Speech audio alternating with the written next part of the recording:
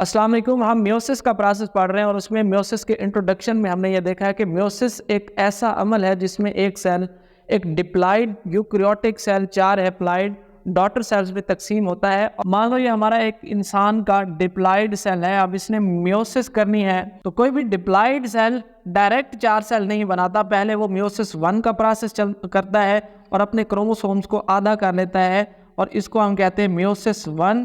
फिर वो मियोसिस 2 का प्रोसेस करता है और अपने इन सेल से मज़ीद सेल बनाता है और वो भी हैप्लॉइड सेल होते हैं। और इस तरीके से एक सेल 4 डॉटर सेल में तकसीम हो जाता है और डॉटर सेल्स में क्रोमोसोम्स की तादाद पेरेंट सेल में क्रोमोसोम्स की तादाद के आधी होती है। तो एक डिप्लॉइड सेल 4 हैप्लॉइड सेल में तकसीम हो गया, ठीक है।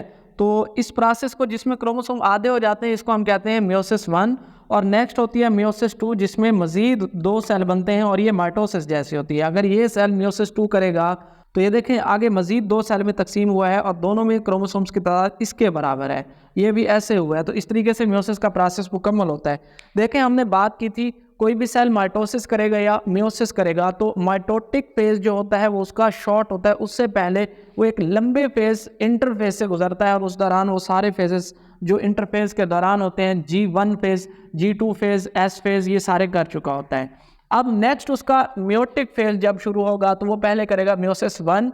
मियोसिस 1 के दौरान पहले वो अपने न्यूक्लियस को तकसीम करेगा। कैरियोकाइनेसिस का प्रोसेस बात कर चुके हैं कि ये न्यूक्लियस की तकसीम होती है। फिर वो अपने साइटोप्लाज्म को तकसीम करेगा, साइटोकाइनेसिस, फिर ये 2 सेल बन जाएंगे। इसके बाद ये फिर एक शॉर्ट इंटरफेज से गुजरेंगे, लेकिन वो इंटरफेज 2 कहलाता है जो मियोसिस 2 से पहले होता है।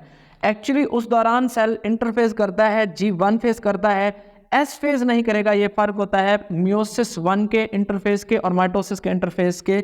मियोसिस 2 का यानी कि मियोसिस 2 के इंटरफेस 2 में कभी भी सेल एस फेज नहीं करेगा, ठीक है। तो सबसे पहले हम मियोसिस 1 के कैरियोकाइनेसिस की बात करते हैं जिसमें सेल अपने न्यूक्लियस को डबल करता है। वही प्रोसेस होंगे प्रोफेज, मेटाफेज, एनाफेज, टीलोफेज जैसा कि हमारे पास हुए थे माइटोसिस के दौरान, लेकिन ये फर्क होता है।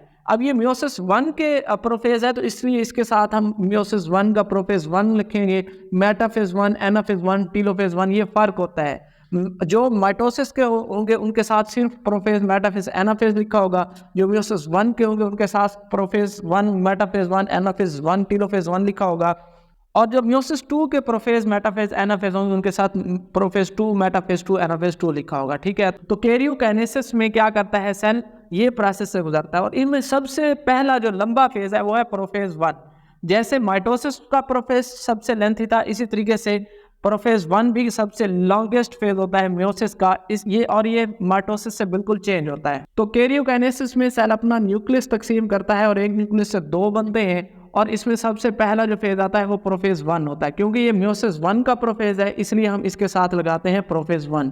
इसी तरीके से अगर मियोसिस 2 का प्रोफेज होगा तो उसके साथ हम लगाएंगे प्रोफेज 2। देखिए प्रोफेज 1 जो है ये सबसे लॉन्गेस्ट फेज है मियोसिस का और इसके दौरान बहुत ही अहम वाक़यात होते हैं मियोसिस के, जिसके बारे में हम अभी बात करेंगे, ठीक है।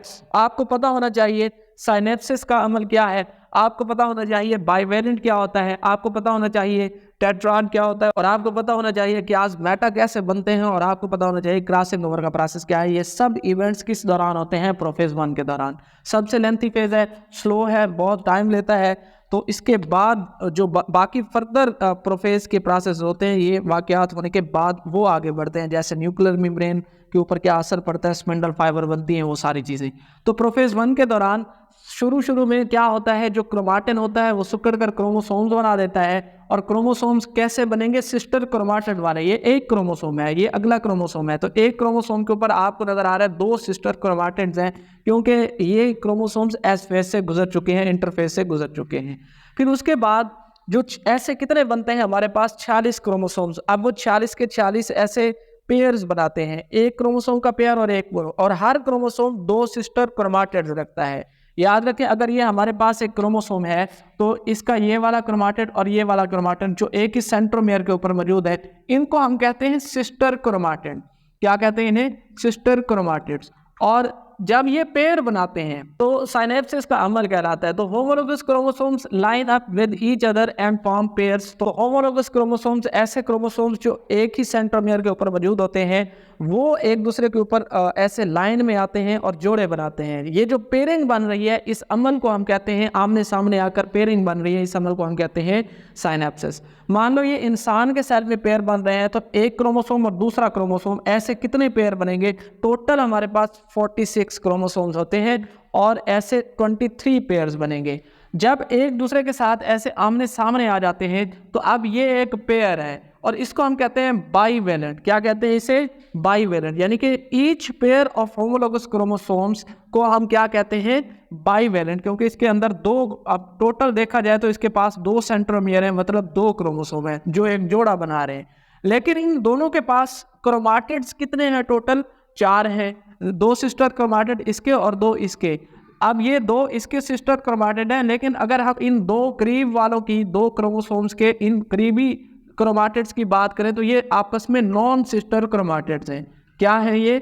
नॉन सिस्टर क्रोमाटिड्स हैं। यानी कि एक पेयर में मौजूद एक क्रोमोसोम का ये वाला और इसके पास वाला ये आपस में नॉन सिस्टर, और ये दोनों भी आपस में नॉन सिस्टर क्रोमाटिड्स कहलाते हैं। इसलिए इनके पास अगर 4 सिस्टर क्रोमाटिड्स हैं तो इसलिए हम किसी बाईवेलेंट को, एक पेयर को हम टेट्राड का नाम भी देते हैं। समझ आ गई है? तो बाईवेलेंट क्या होता है? ईच पेयर होता है और उस पेयर में क्रोमाटिड्स कितने होते हैं? 4, इसलिए उसको टेट्राड भी कहते हैं, क्योंकि each bivalent has 4 chromatids, that's why also called tetrad. हर एक बाईवेलेंट के अंदर ये 4 आपको क्रोमाटिड नजर आ रहे हैं, इसलिए हम इसको क्या कहते हैं? टेट्राड कहते हैं। समझ आ गई है? फिर आपको पता हो क्लासमेटा क्या होता है? एक पेयर के अंदर ये जो नॉन सिस्टर क्रोमाटिड्स होते हैं, ये कुछ मकामात के ऊपर आपस में अटैच हो जाते हैं। ये देखें आगे जाकर ये अटैच हो गए हैं। पॉइंट्स ऑफ अटैच, ये जो पॉइंट्स ऑफ अटैचमेंट है, ये 2 नॉन सिस्टर क्रोमाटिड, यानी कि एक पेयर में मौजूद उसके भी एक सिस्टर क्रोमाटिड और उसके 2 आपस में नॉन सिस्टर क्रोमाटिड कहला रहे हैं, उनके दरमियान में बने हुए हैं। और जहां जहां वो जुड़े हैं, इन पॉइंट्स को हम कहते हैं क्लासमेटा। क्या कहते हैं इन्हें? क्लासमेटा। यानी कि ये पॉइंट ऑफ अटैचमेंट है between 2 non sister chromatids.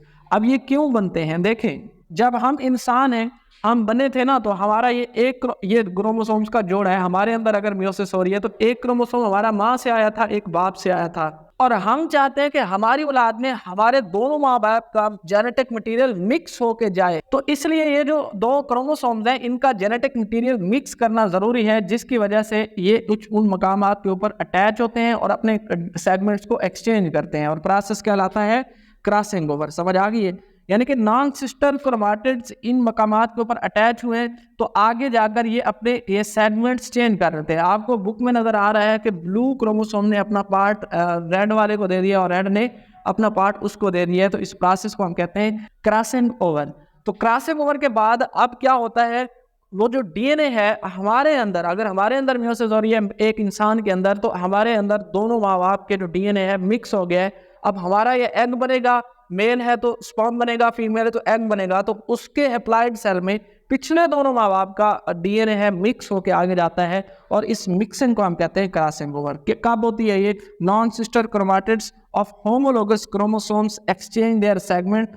Homologous chromosomes के ये दोनों होमोलोगस क्रोमोसोम है, इनके नॉन सिस्टर क्रोमाटिड्स अपने ये पॉइंट्स चेंज कर चुके हैं, सेगमेंट्स चेंज कर चुके हैं, और इसको हम कहते हैं क्रॉसिंग ओवर। क्रॉसिंग ओवर के बाद जो बाकी का फर्दर प्रोसेस का अमल है वो जारी रहता है, जो हमने पहले पढ़ा हुआ है कि जब ये क्रॉसिंग ओवर हो जाती है तो ये क्रोमोसोम्स ऐसे पेयर्स में ही रहते हैं। पेयर्स में रहने के बाद फिर आगे इनकी जो सेंट्रियोल्स होते हैं, सेंट्रोसोम डुप्लीकेशन करते हैं, वो अपने ऑपोजिट पोल्स की तरफ जाते हैं, स्पिंडल फाइबर बनाते हैं। बात कर चुके हैं हम प्रोसेस ऑफ माइटोसिस में कि ये बनती कैसे हैं। ट्यूबुलिन प्रोटीन जो साइटोप्लाज्म में पड़ी होती है, उनको जोड़कर साइटोप्लाज्म में एक माइक्रोट्यूब्यूल बनाई जाती है, और वो खास किस्म की माइक्रोट्यूब्यूल जो दागनुमा साख्ते क्रोमोसोम्स के क्रोमाटिड्स पर जुड़ेंगी, उनको हम कहते हैं स्पिंडल फाइबर। तो उसके बाद न्यूक्लियर मेम्ब्रेन जो होती है वो डिग्रेड हो जाती है, और उसके अंदर न्यूक्लियोलस जो होता है वो भी डिग्रेड हो जाता है, और इस तरीके से जो क्रोमोसोम्स होते हैं वो पेयर्स की शक्ल में उनके ऊपर अटैच होना शुरू हो जाती हैं स्पिंडल फाइबर। तो एक अगर ये पेयर है तो यहाँ पर एक स्पिंडल फाइबर इधर से और एक स्पिंडल फाइबर इधर से इसके ऊपर सेंट्रोमेयर के ऊपर अटैच होगी, और उसको हम कहेंगे कैनेटोकोर स्पिंडल फाइबर, क्योंकि यहाँ पर पॉइंट होता है सेंट्रोमियर के ऊपर कैनेटोकोर, वहां पर उन्हें जुड़ना होता है, वो प्रोटीन की प्लेट होती है।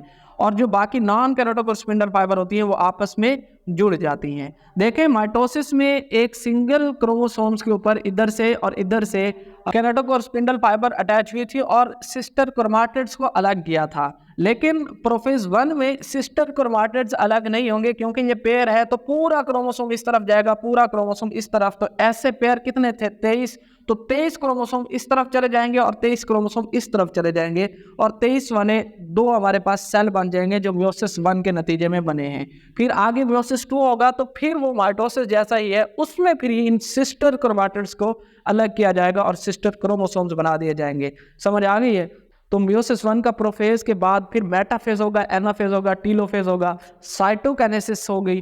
फिर साइटोकिनेसिस के नतीजे में एक डिप्लॉइड सेल साइटोकिनेसिस के जरिए 2 डॉटर सेल बना देता है। फिर वो भी एक इंटरफेज से गुजरेंगे जिसमें एस फेज नहीं होगा, और उसके बाद म्योसिस 2 का प्रोसेस होगा और वो मजीद 2 सेल बनाएंगे। तो इस तरीके से म्योसिस के नतीजे में 4 डॉटर सेल्स बनते हैं जिनके पास क्रोमोसोमल नंबर पेरेंट सेल के मुकाबले आधा होता है। This is the process of prophase 1। इसमें किसी बात की समझ नहीं है तो सवाल पूछना है।